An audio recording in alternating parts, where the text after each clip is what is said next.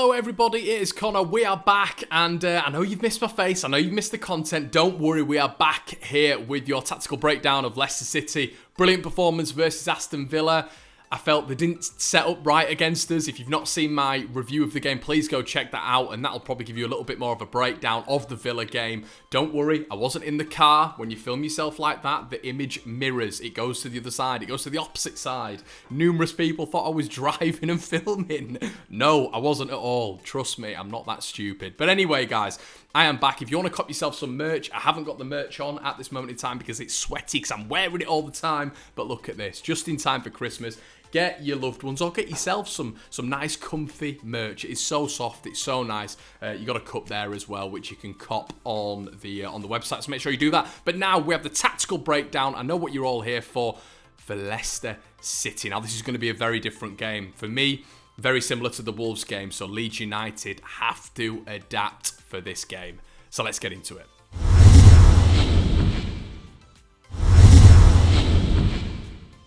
Now, I want to start with Leicester versus Arsenal at the weekend. That is probably what I want to base this on. We'll move on to Wolves in terms of how I think they're going to set up. But Arsenal at the weekend. Leicester set up with a back three. We obviously know that they've got defensive mishaps at the minute in terms of Wilf and Ndidi, in terms of Söyüncü, Pereira as well, who apparently could be back for the Leeds game. Of course he could. An exceptional fullback for me is Pereira. But what do Leicester do? It's the counter-attack facilitation. And that's what they've done since Claudio Ranieri. The mantra has sort of carried on. Brendan Rodgers, an exceptional coach. You don't get to Liverpool, from Swansea or from Chelsea as a coach just on the whim. He's excellent at what he does. Leicester used 8 different formations last year. This is an in-game as well. This is pre the game. So the variations in what Leicester do are absolutely expert. Everyone thinks that it is just a standardised maybe 4-1-4-1, but it is not. It's the 5-4-1. It's the 4-1-4-1. It's the 5-3-2. It's the 3-5-2. There are so many different variations and modifications that Brendan Rodgers puts in to suit every single opponent. Let's get into it. As I say, the frequency of his modifications in terms of formations are there for everybody to see. You know, he's utilised 4 different formations already this year, and it's going to be really interesting what he does against Leeds. Will he play 3 at the back? I don't know. Will he show Leeds that respect? I think that's what Villa didn't do enough of. I didn't think they showed... In terms of a tactical sense, tactical nous, I don't think they showed Leeds enough respect. They didn't pin their fullbacks back into a standardised flat back 4. They pushed Cash, they pushed Target up, which left them exposed to the overload. Now we know when Leicester are on the attack, that's what they do all the time, don't they? They sort of leave 2 at the back and push everybody forward. I don't know if they're going to do that against Leeds United. I really don't. And if Brendan Rodgers is smart, he won't do that, because our dynamism, our creativity, our fluidity all comes from the wings. It all comes from Leeds creating those little overloads, those little triangles. So it's going to be really interesting to see what Brendan does in terms of adapting, and that's what he does. His capability to adapt to any sort of situation is very, very good, Brendan Rodgers. So it's going to be interesting to see how he does against Marcelo Bielsa's Leeds United. Now, off the ball, what Leicester do extremely well as well is they sort of can manipulate you in the middle, or they can manipulate you out wide. Now, what you sometimes saw against Arsenal was sort of Dennis Praet turning into a wide midfielder and pressing Arsenal out wide, pressing Saka, pressing Aubameyang as soon as he got the ball. As soon as it was his first touch, it was the press. The reasons behind that is because Arsenal are very effective out wide, and that's how Arteta plays. He plays like Bielsa on the wing. So first touch, bang, you had Dennis Praet in, and then you'd move to the other side if they would go, to someone like Pepe. But what they do as well is they can expose you central midfield wise, and this is where the variation, the modification in Brendan Rodgers' tactics come in. If they're playing a little bit more narrow, what they'll try to do is cut off the passing lanes, the patterns. They'll completely overload that central midfield. Vardy will come back. Evans can push forward as well, and they'll rely on someone like Söyüncü or James Justin for those recovery runs like you see with Kyle Walker consistently for Manchester City, and they'll just absolutely pack it out. And then when they recover the ball in the central midfield, what happens? That counter-attack. Now, what they are is extremely quick as well. We know this. Pereira potentially back. Vardy is back. And they've got someone like James Maddison who provides 2.3 3.9 key passes on average per game, which is top 3 in the Premier League so far this season. He is just absolutely wonderful at assisting Vardy. There's no sort of correlation that Barnes' game has gone up there and Vardy's game goes up there whenever James Maddison plays. He's pivotal. Tielemans as well is absolutely brilliant in creativity. And what I love about Leicester is players like Tielemans, players like Jose Perez, players like Harvey Barnes. Not only are they quick off the ball at getting back into position and getting back into that defensive, rigid stability that they have, but going forward, they're such quick ball carriers. You can be quick off the ball. We see that all the time with players like Adama Traore, but being quick on the ball causes defenders absolute nightmares, and that is what facilitates Jamie Vardy's goals week in, week out. Now, what's going to be really interesting with Brendan Rodgers' modifications is he going to sacrifice a man at the back to put an extra man up top? Is he going to start 2 up top? Is it going to be a 3-5-2? Is it going to be a 3-4-1-2? If he does that, I think that's the wrong move from Brendan Rodgers, because Leeds, if we have a man advantage going forward, that's where we're going to pick Leicester off. That's where we're going to be able to get our overloads consistently working, and that's where we're going to put them on the back foot.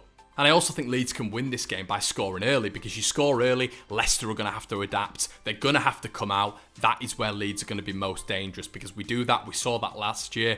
When Leeds score first early on, teams come out, then we batter them again because they leave spaces in and behind. Very similarly to what Leicester do, to be fair. With Leicester, the defensive approach is going to be key, because Sionchu out and Didi out, 2 huge players for the Foxes. How are they going to set up? I think they can't give Leeds...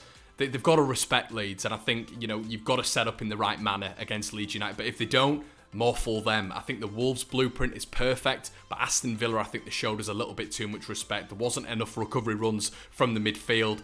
Consistently, their fullbacks were exposed, and this is, for me, where Leeds can definitely hurt Leicester if they aren't tuned in. But I thoroughly believe they are going to be, with the modifications that sort of Brendan Rodgers brings to every sort of lineup. Against Arsenal, they transitioned into a 5-4-1 low block for the majority of the game, really. No massive chances for Leicester until the main man did come on. Now, they were pushing as well on Arsenal's wingers, and this is because Arsenal are very good out wide. Now, anytime sort of Saka had the ball, Dennis Pratt would be pushing up high on him, his first touch, consistently. And then what they would try to do, if they won it out wide, it would be that quick counter-attack to Harvey Barnes, but they would still maintain their defensive solidity. They wouldn't push that many high because they were worried about Arsenal still coming forward.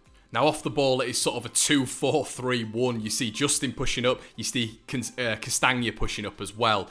So, Leeds United, if we can nick the ball when Leicester are in these transitions, they're going to be in big trouble. He also targeted the left-hand side, did Brendan Rodgers, against Arsenal. 53% of the ball went down that way, which is really interesting because there was a weakness there in terms of Bellerin, according to Brendan Rodgers, which maybe a lot of us don't see. But after the game, Arsenal fans were calling for Maitland-Niles, so clearly there was a lot of joy down that side. Maddison veered over to that left side of midfield, and James Justin was pushing extremely high. Now, obviously, the danger there is that you expose that. Now, if you expose that press, if you get past that press, Leicester are going to be in big trouble, especially with only 2 at the back, with their fullbacks pushing extremely high forward.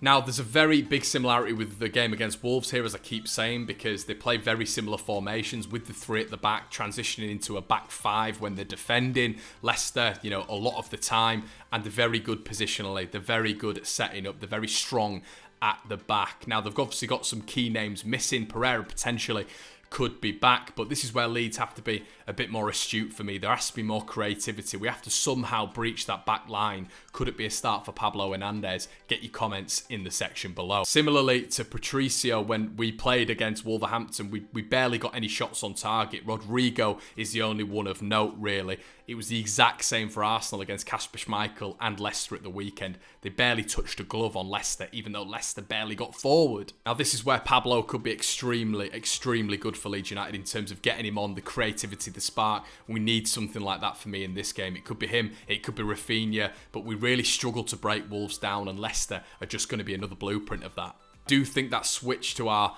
wingers is going to be key for Leeds. If Leicester are compact as sort of a body, 2 banks of 4 potentially, that switch over to Jack Harrison, that switch over to over to Costa is going to be absolutely pivotal in Leeds' play. And the crosses, 39 crosses against Wolves with no real avail. This has to be better this game. We have to utilise the wings more and get Bamford involved in the game a little bit more. Leicester do give you that opportunity when they're defending because they are compact and they can work as banks of 4. So out wide, Leeds could definitely get some joy there. Now, post Vardy coming on, they're a completely different team. You see Maddison, you see Tielemans, you see Jose Perez, you see Harvey Barnes getting involved in the game a lot more. How? Because Vardy just creates so much space. He draws defenders out. He can push onto fullbacks. He works off the centre-back's shoulders and he causes teams nightmares because teams sometimes drop deep for him. You know, Arsenal didn't drop deep for him. They continued the way they were playing and then he punished them. He got away from Mustafi and he scores. But pre-Vardy and post-Vardy are two completely different teams. Also play out from the back when Vardy's playing. It's really... It's this modification of Brendan Rodgers. You're not trying to hit Iheanacho anymore and maybe the second balls are going to be picked up by Maddison or Harvey Barnes pre-Vardy. But post-Vardy, they're playing out from the back. They're utilising the wings. They're getting the ball to Justin. They're getting the ball to Castagna. The reason being is because they're trying to create space. They're trying to create movement from the defensive team so that they can ping the ball to Jamie Vardy, Harvey Barnes and Jose Perez. It gives teams absolute nightmares and has done for years. We see the midfield linking up a lot more as well. The percentages go through the roof when Vardy's playing. Tielemans, Barnes, Maddison, all getting together.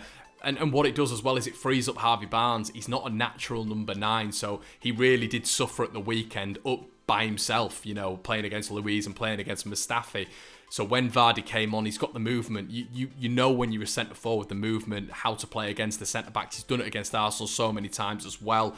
Barnes is way more involved in the game and Vardy started getting so much joy. That's it, guys, but I do think it's going to be absolutely key for Leeds to get that creativity, a little bit of magic, I think, has to happen. It's going to be a very similar game to Wolves, in my personal opinion. Get it in the comment section below with what you think. I think Leicester are going to be a lot more rigid. I think they're going to show Leeds a lot more respect than Villa did, and that's going to be the difference. But Leeds have to learn to break down opponents like these because we've got the creative players, but we just have to be so aware of Jamie Vardy as well, and that's where players like Robin, that's where players like potentially Liam Cooper are going to be so vital in this game because concentration is absolutely key because Jamie Vardy stays concentrated until the 95th minute and he's on the ball until the 95th minute. Will he start? Won't he start? I personally don't think he should start from a Leicester perspective. If they can bring him on and their whole dimension changes, this could confuse Leeds. But I think we win out wide, we win with our overloads, and we win with better successful passes into the box. Anyway, guys, that's been it. Let me know what you think in the comment section below. I hope you've enjoyed the tactical breakdown. If you are new to the channel, please slap a subscribe, a like, as well as a comment. Please let me know